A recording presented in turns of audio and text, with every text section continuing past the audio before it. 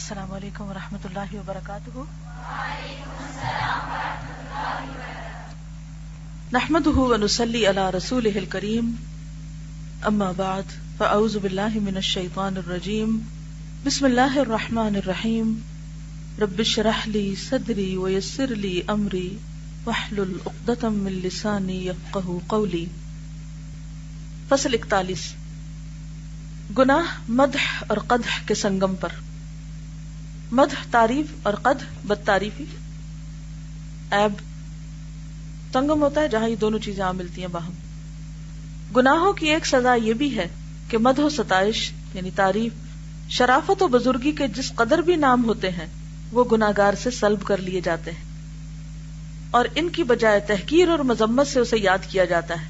یا تو وہ مومن، محسن، نیک، متقی، پرہیزگار، اطاعت گزار، منیب، ولی، متورع، مصلح، عابد، خائف من اللہ، کثیر التوبہ، طیب، اللہ کا پسندیدہ بندہ وغیرہ صفات سے یاد کیا جاتا ہے.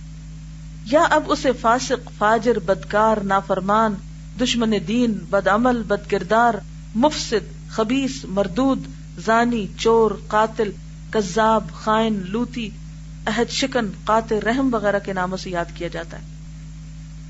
دنیا میں ہی فرق ہو جاتا ہے. ظاہر ہے کہ یہ تمام نام فسق و فجور کے نام ہیں اور بہت ہی برے نام ہیں. قرآن حکیم میں ہے بئس الاسم الفسوق بعد الایمان. قرآن حکیم میں ہے سورۃ الحجرات آیا 14. اور ایمان لانے کے بعد فاسق نام بہت ہی برا ہے. یعنی فسق یا گناہ میں نام پیدا کرنا، گناہ کی وجہ سے مشہور ہونا، یعنی مفہوم کیا ہے؟ کسی گناہ کی وجہ سے پہچان ہونا. یہ سب سے بدترین نام ہو سکتا ہے کسی کا، کہ کوئی چور مشہور ہو جائے یا کوئی ان ناموں میں سے کسی اور نام کے ساتھ. اور ظاہر ہے کہ یہ آخر ذکر نام اسما ایمان سے محرومی، خدائے منتقم یعنی انتقام لینے والے کے قہر اور غضب، دخول جہنم اور رسوائی و ذلت کے موجب ہیں. پہلے نام ایمان، رضامندی رحمان، دخول جنت اور اس شرافت و بزرگی کے موجب ہیں جو بندے کو دوسرے انسانوں کے مقابلے میں شرافت و بزرگی اور برتری بخشتے ہیں. معصیت اور گناہ کی اگر گناہگار کو کوئی اور سزا نہ دی جائے، یعنی گناہوں کی اگر کسی کو کوئی اور سزا نہ بھی ملے دنیا میں اور اسے صرف ان برے ناموں ہی کا مستحق بنا دیا جائے، تب بھی عقل سلیم معصیت سے باز رہے گی. تب بھی انسان نہیں چاہے گا کہ اس کو اس طرح پہچانا جائے. اور اطاعت اور عبادت کا صرف یہی صلہ کافی ہے کہ نیک نامی حاصل ہوتی ہے، اور نیکی کے ان مقدس ناموں سے بندہ یاد کیا جاتا ہے جو پسندیدہ ہیں. تو عقل سلیم اطاعت اور عبادت سے وابستگی اور گرویدگی کا حکم دے گا. لیکن حقیقت یہ ہے کہ اللہ تعالیٰ جسے خیر و فلاح سے نوازے وہ کامیاب ہے اور اسے کوئی چھین نہیں سکتا، اور جس پر وہ اپنی خیر و فلاح کے دروازے بند کر دے انہیں کوئی کھولنے والا نہیں. جسے وہ اپنی بارگاہ سے دور کر دے اسے کوئی پوچھنے والا نہیں، اور جسے وہ اپنا مقرب بنا لے اسے کوئی دھتکارنے والا نہیں.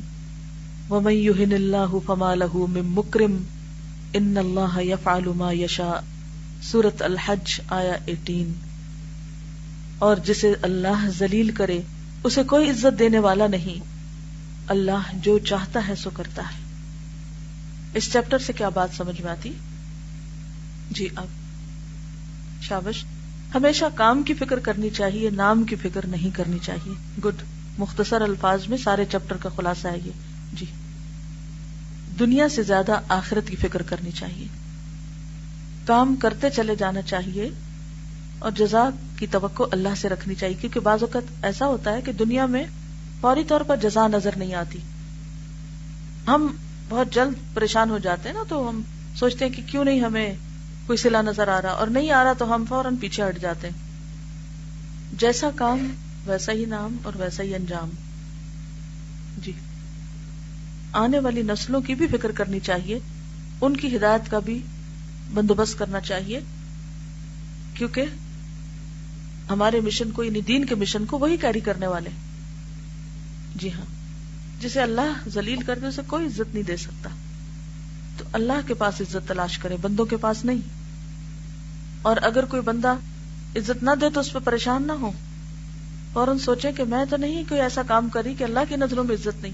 اگر اللہ کی نظر میں عزت ہوتی تو یہاں بے عزتی نہ ہوتی. یعنی نیکی کے کاموں میں استقامت پیدا کریں اور مسلسل اس کام کو کریں، چاہے کوئی نتیجہ نکلے یا نہ نکلے، حتیٰ کہ وہ آپ کی پہچان بن جائے. آپ مرے تو اسی نام سے، اسی کام سے جانے جائیں.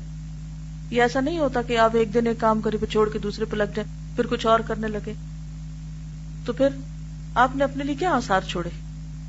تو استقامت بھی بہت ضروری ہے اچھائی میں.